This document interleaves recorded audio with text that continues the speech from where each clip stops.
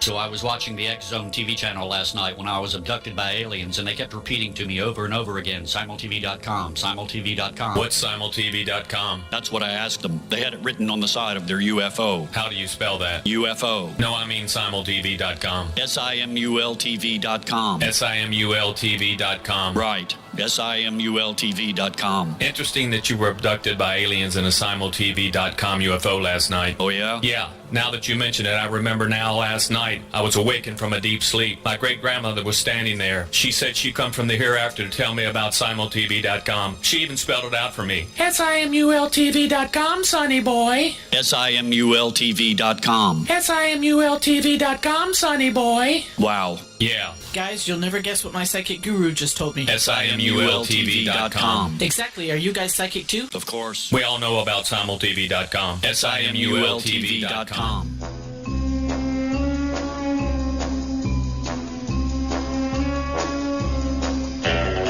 Greetings from Cal Korff and Cal's Corner in the beautiful city of Prague in the Czech Republic at www.calkorff.com. You're listening to my good friend, Mr. Rob McConnell, in the X-Zone, heard around the world exclusively on the Talkstar Radio Network at www.xzoneradio.com. Join Rob and I Thursday nights from 10 p.m. to 11 p.m. Pacific Standard Time as the X-Zone and Cal's Corner do a simulcast reaching a world where people dare to believe and dare to be heard.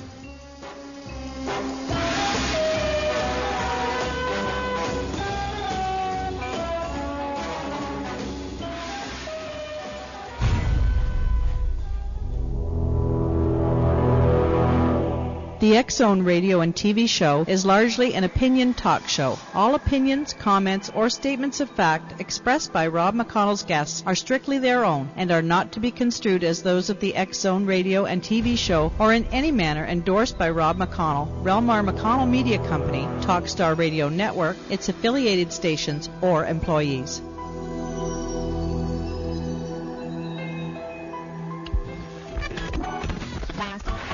All Hit Radio.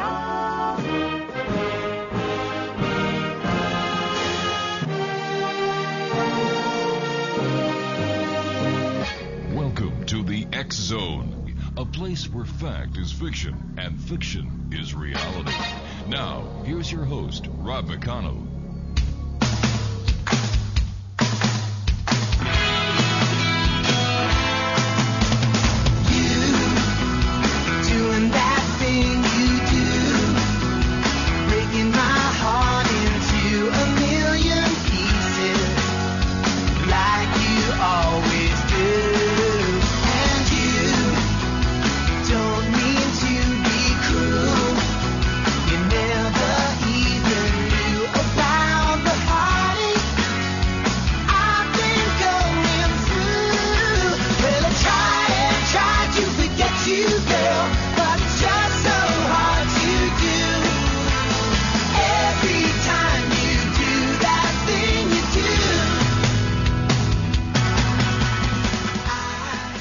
Good evening, one and all, and welcome to the X-Zone. My name is Rob McConnell, and for the next 4 hours, I'm your host and your guide as together we cross the time-space continuum to this place that I call the X-Zone. It's a place where people dare to believe and dare to be heard. It's a place where fact is fiction and fiction is reality. And the X-Zone comes to you Monday through Friday from 10 p.m. Eastern until 2 a.m. Eastern, right here live and around the world on the Talkstar Radio Network. If you'd like to give me a call, my toll-free number is 1-877-528-8255. Now, that's toll-free throughout the U.S., Canada, Alaska, and Hawaii. My email address is xzone@talkstarradio.com.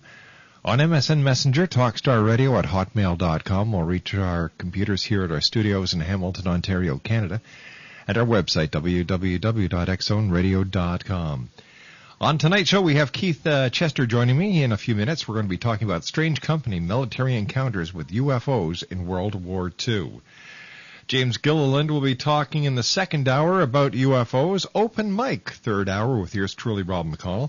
And, let's see. There are more paranormal researchers than any other time in history, and yet there is no proof that ghosts are real, alien abductions are real, Bigfoot is real, Nessie is real, and that's just for start.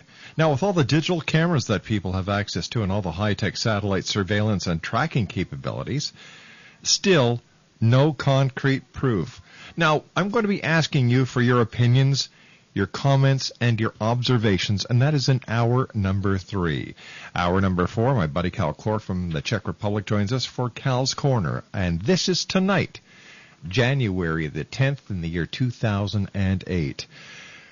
Mankind has reached a threshold in the 4th decade of the 20th century. There were unprecedented scientific and technological achievements, but despite such progress, humanity was entering one of its darkest chapters. World War II would grip the world with 6 years of terror. During that time, military personnel reported seeing numerous highly unconventional aircraft in all theaters of operation. These objects had extraordinary flight performance capabilities, came in a variety of shapes, sizes, and colors, and were able to travel at extraordinary speeds and avoid radar detection. Strange Company is the first in-depth account of unconventional aircraft observed and reported by the military during World War II.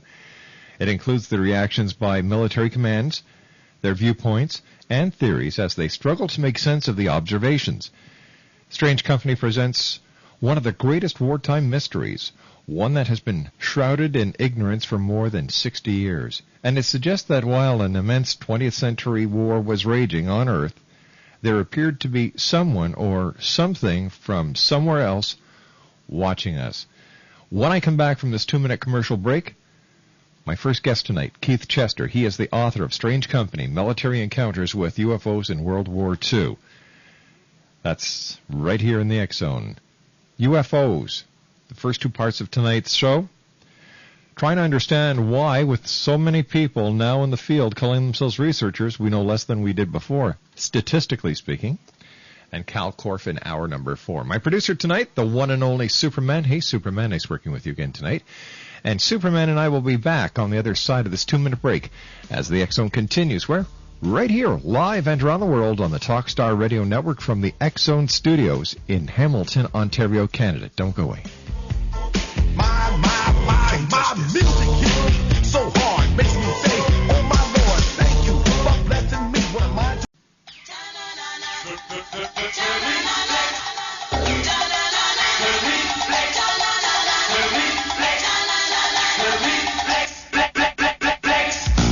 You got too far this time, but I'm dancing on the Valentine.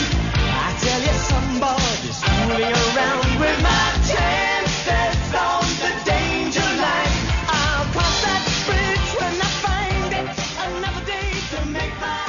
Keith Chester is the first guest tonight here on the X-Zone. Keith was born a Sputnik baby. Keith's interest in UFO was sparked by a daytime sighting during the mid-1960s. He's a private researcher, abstract artist, and filmmaker living in Bel Air, Maryland. And Keith, welcome to the X-Zone. How are you tonight? Thanks a lot, Rob. Glad to be on. Keith, how did you first get interested in the topic of UFOs, and could you tell us about the sighting you had? Yeah, I was 9 years old, living in Frederick, Maryland, and it was an evening daytime sighting. The sun had gone down behind me. I lived against the Catoctin Mountains. But it's around 6:30 on a summer evening, and I looked out across the field about 200 yards. There was a bright red circular ball structure just hanging in the air above the trees. At 9 years old, I had to hold my hand out, and I could hold it in a full palm. So that's about as much as I can tell you about the size. But it just hung there, and it scared me. That's all I remember. That it did scare me. And I was used to seeing helicopters because the Vietnam War had been pretty thick and starting up, and I saw a lot of aircraft, hot air balloons. We used to have an area where biplanes would come out and do their stunts for practice. So I was very aware of what was in the air. So that started my interest, basically. Now, when did you start active research into ufology? That didn't start till around, I guess, 1989. I had a friend who was going to a local high school, and she spoke of a teacher who had worked for the Pentagon in the summer of 1969 under the CETA program, which is Civilian Employment Training Agency.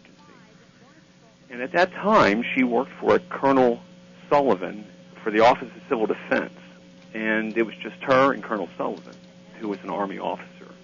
At that time, she heard at one point other military officers and he discuss having UFO in U.S. custody, and they were discussing what they should be doing with it in terms of where to keep it and store it.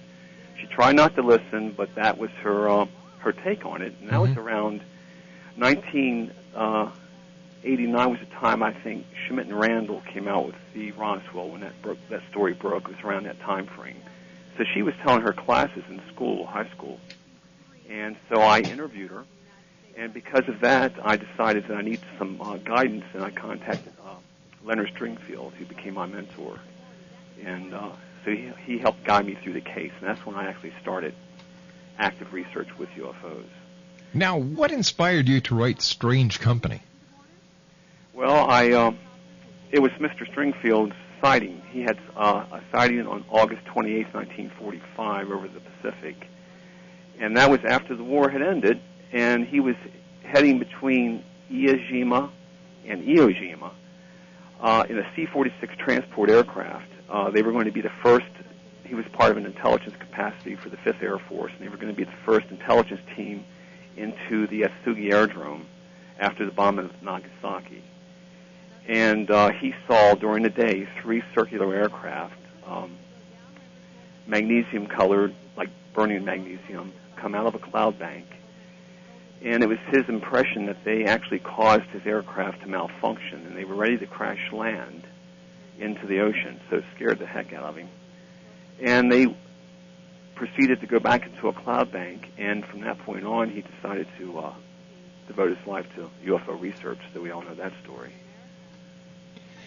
Now, what transpired over the course of the war? Were there many sightings, and were Foo Fighters part of the UFO phenomena during World War II? Foo Fighters were a part of the phenomena, and the thing that I soon discovered after the research was that they weren't, what was being seen was called the Foo Fighters, not until January of 1945. Mm-hmm. They had been seen since 1933, and it was a host of names, ghost aircraft, mysterious aircraft, phantom flyers, the light, the thing, balls of fire, rockets, jets, whatever the pilots decided to describe them as, or the intelligence officers, that would go into the report. And, of course, then they would try to backtrack and determine if it was conventional aircraft. So, really, the Foo Fighters was a name given by one night fighter unit, United States night fighter unit called the 415th Night Fighter Squadron. And they named it after a Smokey Stover cartoon that was popular in the States in the 1940s. It was named after the fire truck that Smokey drove around with his Mad Caper activities. Mm-hmm. So it stuck because that name hit the press, and it became a generalized term even post-war. Now, what wartime sightings do you feel were the most significant? Well, the most significant would be, I'd say, June 25th, 1942. Captain Ray Sabinski was coming back from bombing the Ruhr Valley, Germany's industrial area. He was heading out over Holland, going out over the North Sea, and his crew saw a copper, the size of a moon, object come towards the aircraft. So he immediately alerted the gunners to take defensive position, and it got close.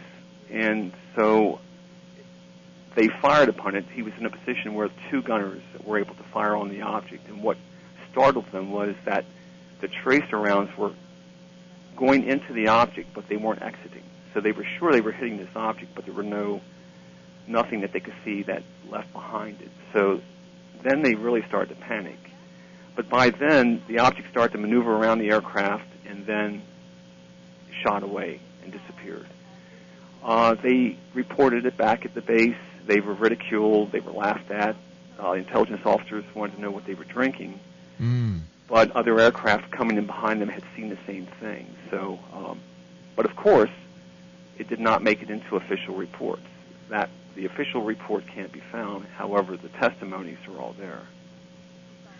tell me, Keith, in this case, did the UFO take any action or respond to the fire that the aircraft was giving it?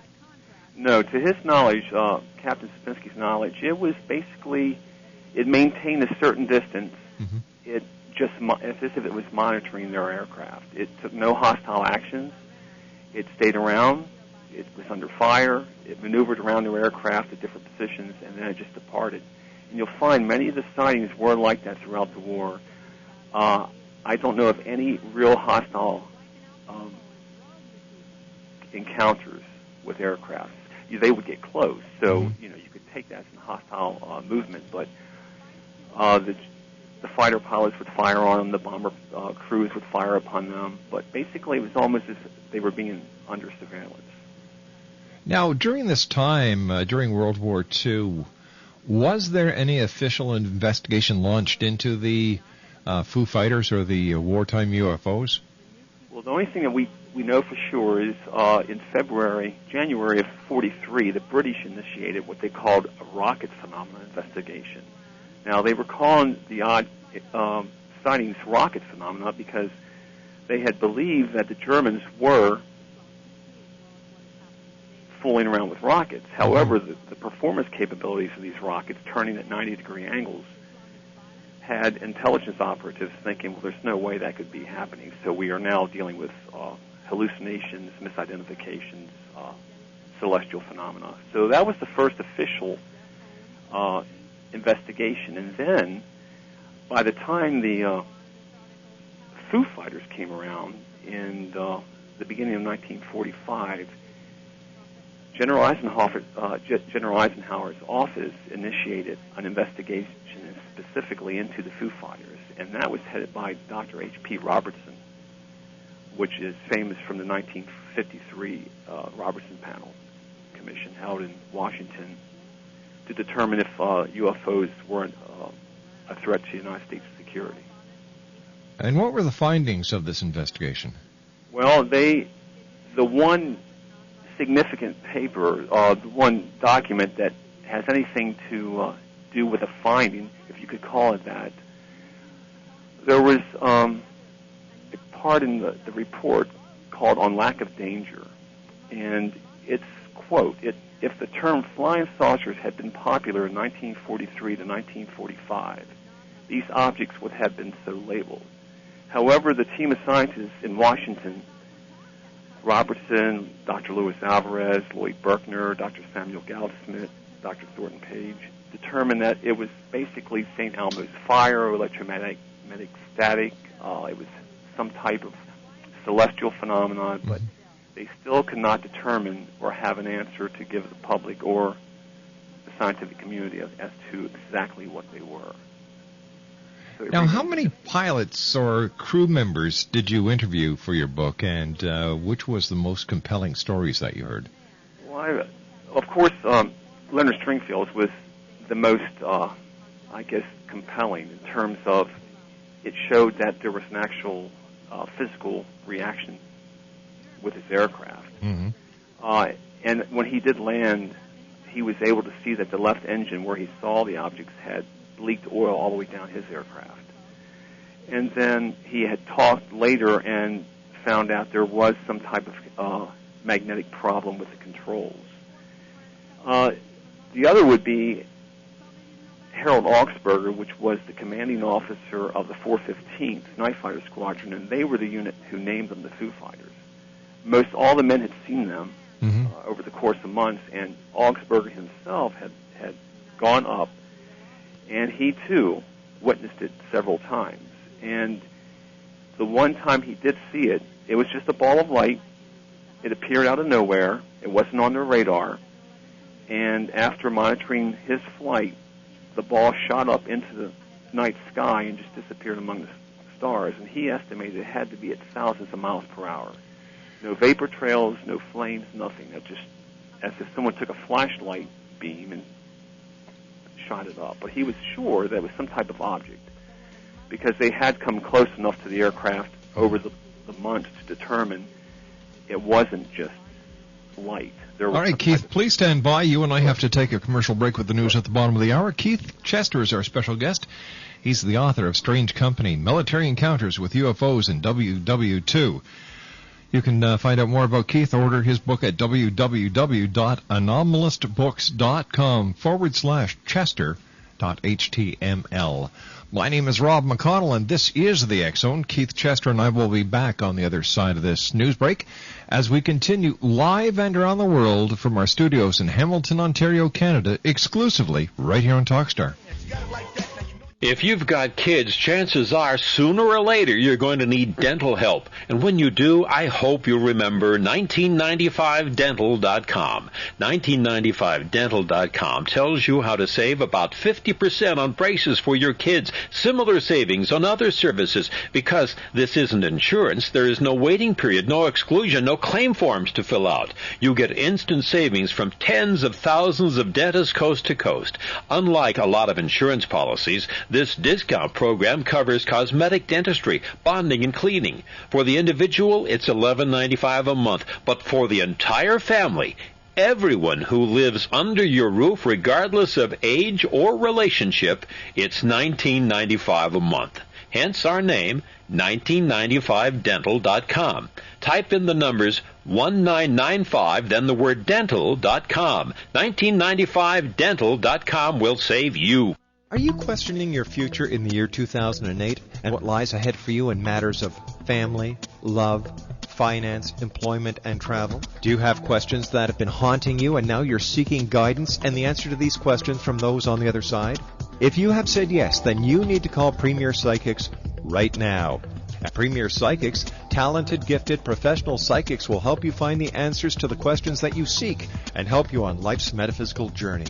Call Premier Psychics now, toll-free at 1-866-803-6593, or visit Premier Psychics online at www.premierpsychics.com. Know today what the future holds for you. Once again, call Premier Psychics toll-free at 1-866-803-6593, or visit Premier Psychics online at www.premierpsychics.com, where the extra E in Premier stands for excellence.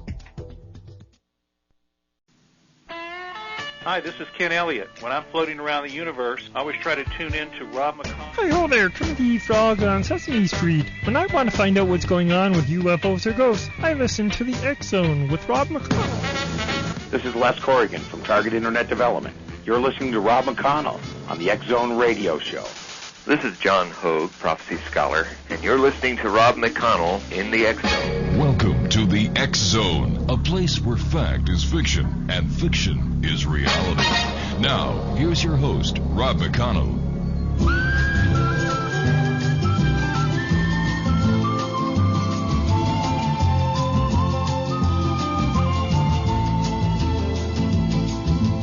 Everybody talks about a new world in the morning. New world in the morning, so they say. I myself don't talk about a new world in the morning. New world in the morning, that's today. And I can feel a new tomorrow coming on. And I don't know why I have to make a song. Everybody talks about a new world in the morning. New world in the morning takes so long.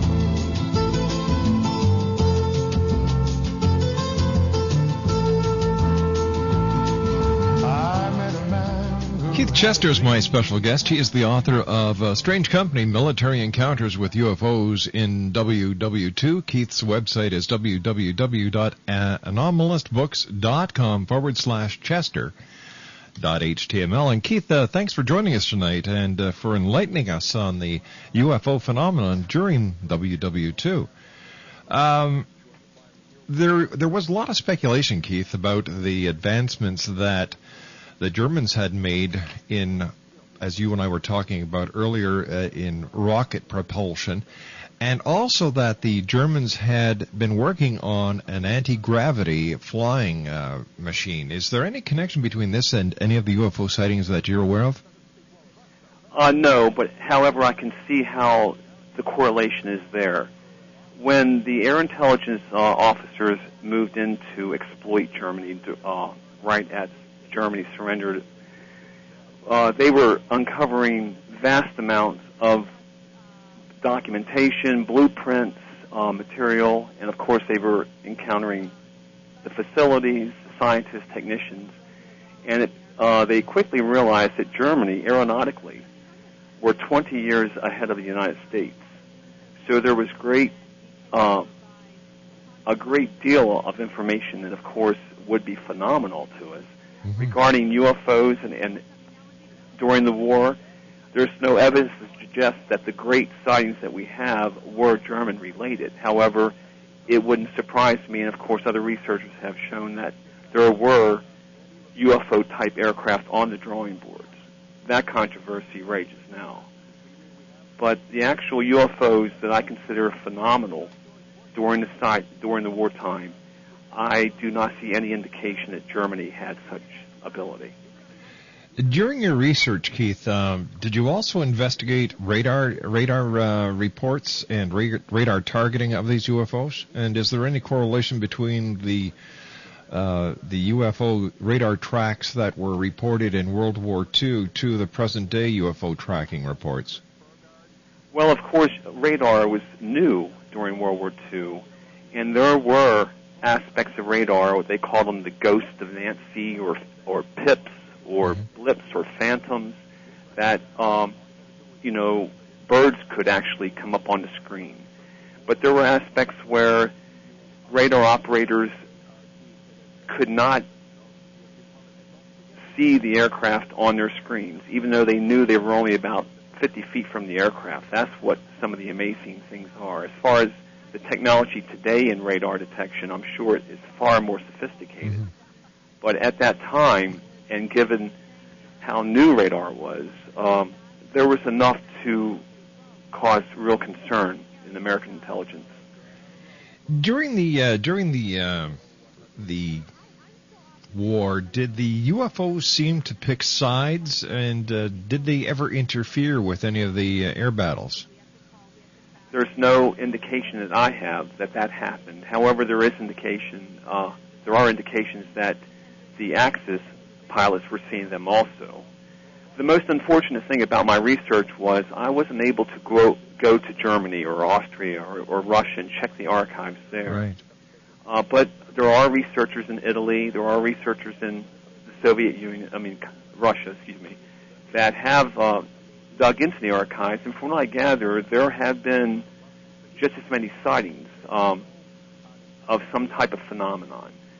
And I do know from interviewing some of the pilots that a couple had told me that they were told by intelligence officers that, yes, indeed, when we were capturing the German pilots, that they too had talked about observing something that they thought were ours. Yet there's no official documentation that I've come across that shows that. I still believe that's classified for whatever reason. To your knowledge, Keith, is there any theater of operation that did not encounter wartime UFOs? The primary theater of operations were the Italian theater of operation, the Mediterranean, European, and of course the Pacific. China-Burma theater, I believe, had a few. But again, I only really touched the tip of the iceberg regarding documentation and was only able to see a very small fraction of air intelligence reports that came in. So there was probably a great deal more. However, the European theater and the Pacific theater had the most information and it made it to the widespread press. And that's why we know so much now, because the press got a hold of the story, for one. And, of course, now you can find documentation in the archives that talk about the phenomenon. They use these actual words. Now, During World War II, the Japanese were involved with the development and launching of Fugos from the shores of Japan, and these balloons would rise and use the jet streams to try and attack the U.S. Some of the Fugos carried intelligence equipment, others carried personnel, and others carried bombs. Is it possible that some of the UFOs reported in the Pacific campaign or the Pacific theater were actually Fugos? Oh, absolutely. There were probably a lot of misidentified objects, high-altitude weather balloons, they had, of course, the Fugos. They know they were coming over, but there was a blank out of the information to the American public. They had no clue because they didn't want to start a panic. That's the last thing they wanted to do. No. And I think there was actually some deaths caused. I think a Boy Scout master and a few of the troops walked upon one, hanging in a tree, and were killed. But yes, the pilots were seeing all kinds of things that were definitely all lumped together. And we have to remember the terminology of World War II is what gets us in trouble. Some of the strange sightings were called jets, yet they weren't jets, but they were using terms. So when the reports read balloon, you had to think, well, there's a real possibility that was a balloon. However, we also know from other reports, balloon was just a catch-all term, as were rockets, flares, you name it. So absolutely, there were a lot of things that were being seen that can be explained. However, at a distance, war nerves, under fire, in combat situations, it's very understandable how you could not get all the details. Keith, prior to and after the nuclear explosions at Hiroshima and Nagasaki, did UFO activity increase or decrease? Well, when I first started my investigation with Mr. Stringfield, he felt at the time that the UFO activity increased with the atomic bomb testing. But that I don't quite agree with. I believe that the flurry of activity was just as great at that point 10 years prior. The Scandinavian sightings of 1933 were in the hundreds. Finland, Norway, Sweden were all conducting investigations. John Keel did a lot of investigation on that, and I based my book on his investigation. But they were seeing things that mimic today's sightings. Objects in the sky that beams would come down on the ground, and there were hundreds of these being seen all around the world. So I was shocked to see when I started to pull all this together into one form that no, there were plenty of sightings. But by the time the war started, that had to, of course, take the most important aspect in the press. So a lot of it was suppressed. And, of course, it was intermingled with enemy activity. So I don't agree with that at all. I think that the activity was just as strong as ever prior to the bombing. Now, is there any based on your research now, has there been a hypothesis brought forward that would indicate where these craft originated from and what their purpose was? The hypotheses are in the hundreds, probably. I mean, I'm sure you have in your show have come across quite a few. Mm-hmm. To this day, I see nothing that can identify the phenomenon that was being seen during the war. If I put blinders on and look at the phenomenon during the war, I can say, okay, there's a good chance we were dealing with enemy technology. However, when you read the intelligence reports, it dictates otherwise. And then after the war, we have one major document out of the CIA that talks about this phenomenon, and there was no explanation. So I don't understand it either. I think in your third hour you're going to discuss that topic, correct? Yes. And it amazes me. I think Jerome Clark has said it best. He said that we're not dealing with a phenomenon, we're dealing phenomena. and it's just at this point still eluding us. I don't understand why, but during the war, it was truly startling a lot of people, including these, hardened veterans who were in combat for months, years, and when they would encounter these things, it was so different. It was beyond what they considered. They were calling it Buck Rogers. They were calling it Flash Gordon related. They were laughing about it at the same time, but they realized, what are we seeing? So I hope that answered your question. I jumped around a lot, but it's all right. As I said, it was based on your research and what your hypothesis was, and I understand that the field is very vague. Were there a lot of photos taken of these UFOs during World War II? Because there were a lot of newsreel cameramen all over the place. Absolutely. If you watch a World War II documentary of the air war, they had cameramen who handheld cameras. They had 8mm, 6mm. They had nose cameras. They had cameras in aircraft, and that's all they did for meteorological reasons or air reconnaissance. So there was tons in the air. And from what I understand, there were objects captured. However, what's interesting is there is no known official photograph that can be verified of a Foo Fighter or a UFO during the war. There's about 2 or 3 that have been circulated for the last several decades as being authentic. However, I don't believe that those sources are known in terms of where they came from.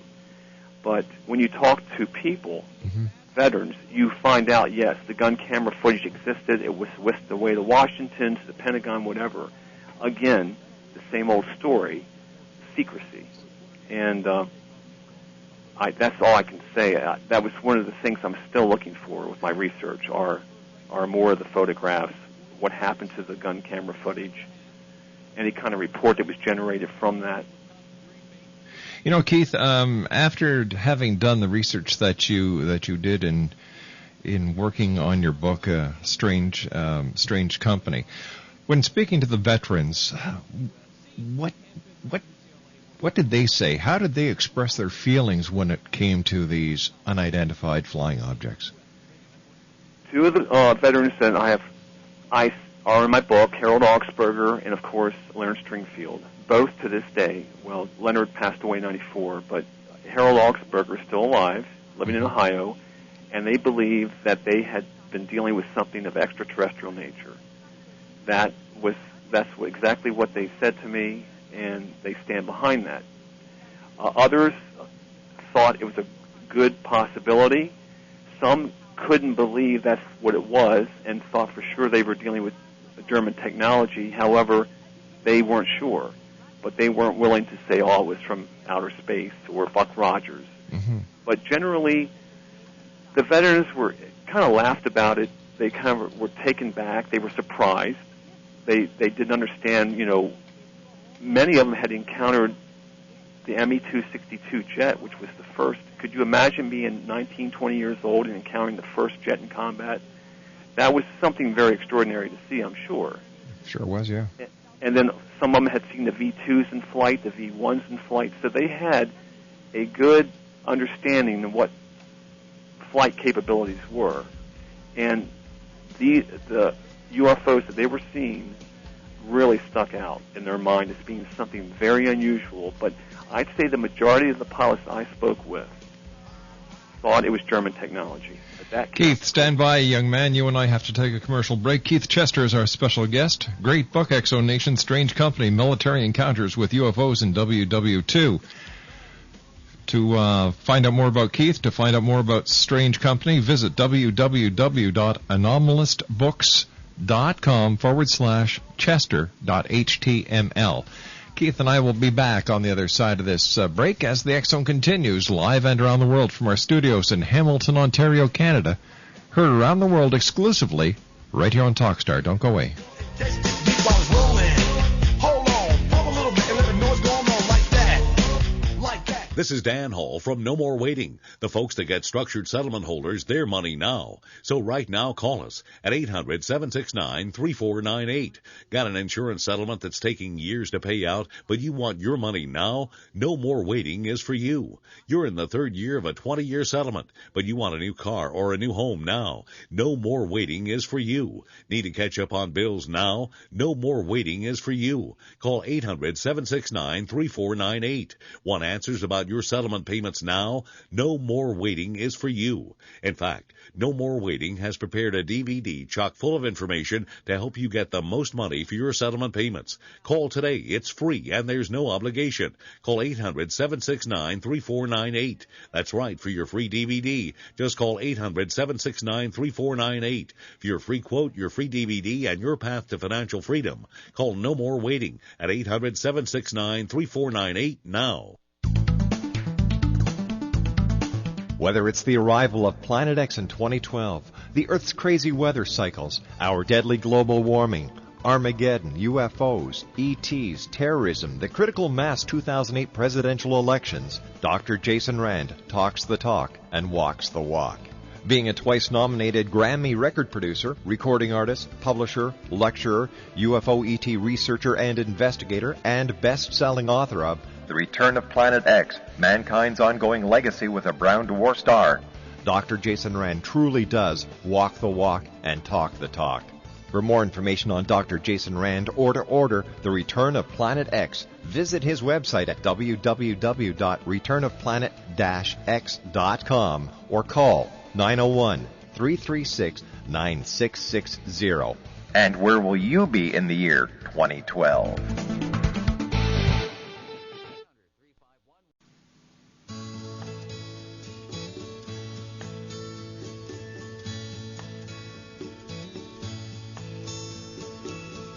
Heading out to San Francisco for the Labor Day weekend show.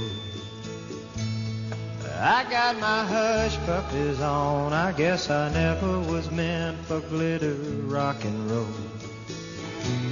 And honey, I didn't know that I'd be missing you so. Come Monday, it'll be alright. Come Monday, I'll be holding you tight. I spent 4 lonely days in a brown LA haze, and I just want you back by my side.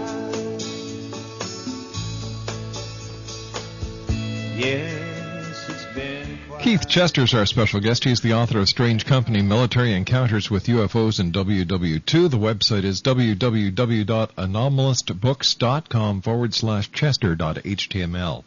First of all, Keith, thanks very much for joining us tonight. It's been great talking to you over this past hour. And I was wondering, Keith, to your knowledge, were there sightings of UFOs during the Korean conflict, during the Vietnam War, and in the present Gulf situations? I know for a fact that, yes, the Korean War and Vietnam War both had sightings, and from what I understand, there have been sightings in the Gulf War. And unfortunately, I'm not knowledgeable enough to really discuss those with you, but I have come across the articles in books and magazines, too. Keith, do you have any other books coming out soon? Well, I'm still working on, I'm going to probably work up on a follow-up for this book. Mm-hmm. As I researched it, more and more questions. I'm very intrigued by the investigations, the air technical intelligence teams. I'm interested in the fact that we were exploiting Germany, and of course, we had to be looking for that technology, assuming it was theirs. If we looked at it through the eyes of an intelligence officer in 1945, mm-hmm. I doubt seriously they were thinking, except for in certain realms, that there was something extraterrestrial taking place. So they were probably wanting to know, what did the Nazis have that can account for some of these sightings, and that fascinates me. So I'm going to keep researching the National Archives and hopefully put together another book. After writing this book, Keith, and talking to the people that you did, the men and women on both sides of the campaign, what is the most intriguing question that came to light? regarding the veterans or my research? Both. I guess the most intriguing was, for years, it was printed in magazines and books that there were no official investigations. Mm-hmm. The war was a top priority. Churchill, Eisenhower, Truman, Roosevelt, they had more to worry about than chasing down UFO sightings. But come to find out, when I went to the archives, I uncovered documentation right out of General Eisenhower's office talking about night phenomenon. And, of course, that was what the Foo Fighters were in the press. However, the British were calling them balls of fire. So it tells me that there were investigations going on behind the scenes. And that tells me there's documentation, and especially when it was at that high level of the military. So Keith, I hate to do this, but we've run out of time for tonight. Love to have you back on in the future. And congratulations on a great book and continued success. Thank you very much, Ron. I appreciate it. It's really nice talking to you, Keith. Take care of yourself. Have a great Keith night. Chester has been our guest this hour, X Zone Nation. The name of his book is Strange Company, Military Encounters with UFOs in WW2. His website, www.anomalistbooks.com/Chester.html. If you're into UFOs, don't go away. When we come back from the news at the top of the hour, my guest is going to be James Gilliland. We're going to be talking about Contact. We're also going to be talking about UFOs, the International UFO Congress, and much more. I'll be back with UFOs right here on top.